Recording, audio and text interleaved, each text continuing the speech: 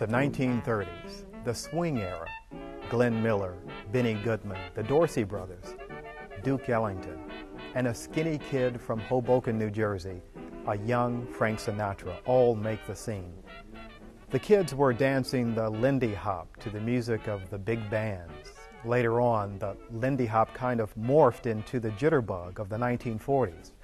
Sadly, unlike the 1920s, the 30s were a decade of pessimism. Dictators were emerging in Europe and Japan, upsetting an uneasy peace. And the world was racked by economic despair, the Great Depression. This was the landscape for teens in the 1930s. America's Great Depression was not the first depression we ever experienced in this country, but it is considered to be the worst. Some believe unregulated business during the early 20th century was to blame, and that only massive government help for poor people and new economic regulation could prevent economic disaster. The key player in the collapse of the stock market in 1929 and the Great Depression was the Federal Reserve Board, or the Fed. The Fed was created in 1913 as a means of protecting big banks from panics, a so-called lender of last resort.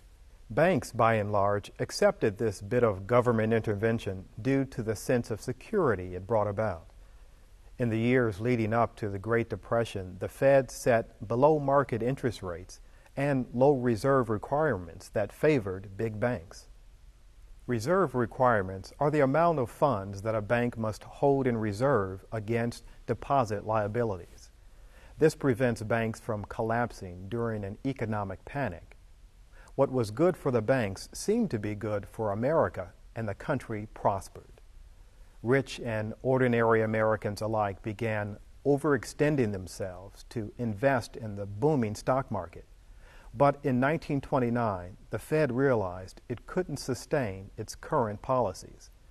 When it began raising interest rates, the whole system collapsed. The stock market crashed and bank panics began. Because so many Americans invested their earnings in the market, families across the nation lost everything. This chain of events caused a ripple effect of economic hardship that would last well into the 1930s. Even though President Herbert Hoover spent more than the previous 4 administrations, he had the misfortune of being president during this time. Because of that, he took most of the blame for the severity of the Depression by his reluctance to use federal funds and power to spark relief. When he finally established a federal loan agency, the damage to his political image had been done, and he lost his re-election bid to Franklin D. Roosevelt. Oh, Ellen, darling, we're all so proud of you. This is a great day for me, having my daughter graduate an honor student. Oh, Daddy. Oh, Ellen, just a moment. Look over here. Oh. Well, how do you like it? You don't mean, Daddy, that it's really mine? It's all yours, and here are the keys. Oh, Daddy. Come on, girls, let's go for a ride. Here, Mother. Oh, a new Ford. And what a lovely color. And such a roomy seat. And now, Ellen, you also have the key to style leadership. In the 1920s, farmers overplowed, overproduced crops, and their animals overgrazed. In 1931, severe droughts caused great walls of dust to blow across the southern plain states. Because of its long-term effect on American agriculture, the Dust Bowl phenomenon worsened the Great Depression. Everyday activities could no longer be taken for granted. Children wore dust masks to and from school. Women draped wet sheets over windows in a futile attempt to keep the dust at bay. Farmers watched as their crops and livelihoods blew away. By 1933, when FDR took office, the country was in dire straits. He took immediate action by enacting the Emergency Banking Act, which stabilized the banking industry and began to restore America's faith in the economy again. And Congress passed the Emergency Farm Mortgage Act, which helped ailing farmers with their mortgages. But families fled the plains in droves, arriving in California seeking work and a better life. This inspired the work of author John Steinbeck, especially his Grapes of Wrath. By 1939, the rains finally came and replowing and replanting took off. This happened at the end of the Great Depression and the beginning of World War II. The enemy is now in sight above the Palisades. Five great machines. First one is crossing the river. I can see it from here, wading the Hudson like a man wading through a brook. By the late 30s, the swing era began. Teens were Lindy hopping and swooning through the big band era. Families gathered around the living room radio for nightly entertainment in the form of radio dramas, music programs, and news commentators. They began to believe in the optimistic message of President Roosevelt. So vast is this second edition of the world's greatest fair that you and I could spend 2 weeks in just walking through all the exhibits without pausing to examine them in detail.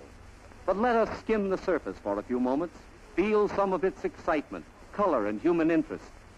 There's so much to see and wonder at, now and then we simply have to stop for rest and refreshment. Ah, that's an idea. Even in the midst of all these wonders, Mrs. Elmer and the children must have their ice cream cones. For the real key to what the future holds for us, look to the exhibits of industry and trade. For here are the forms and patterns of the new days. When FDR was originally elected in 1933, unemployment had risen to almost 25% of the population, and banks were failing everywhere as panicked investors continued to withdraw all their funds. In his famous inauguration speech, FDR offered America a New Deal, encouraging Americans that the only thing we had to fear is fear itself. So first of all, let me assert my firm belief that the only thing we have to fear is fear itself. Within weeks, he had taken steps to reopen banks, and within a month, he relaxed the rules on prohibition, legalizing the sale of low-alcohol beer to increase revenue. During his first 100 days in office, he proposed and Congress passed initial legislation needed to bring direct relief to depression-weary Americans. By the beginning of the second term, Roosevelt had established several government agencies which helped reshape and repair the relationship between the government and its people. In 1933, a minimum wage was established, 40 cents an hour. FDR was re-elected in a landslide in 1936, the largest margin of victory in American history.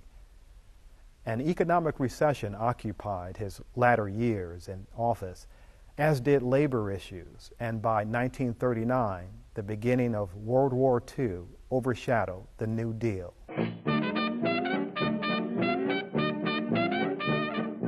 The close of the decade brought America a more stable economy, but the full effects of the Depression wouldn't end without a catastrophic event, another World War. Once again, the world was becoming a dangerous place for the teens of the upcoming 1940s. For Snapshot, I'm Craig Marbury.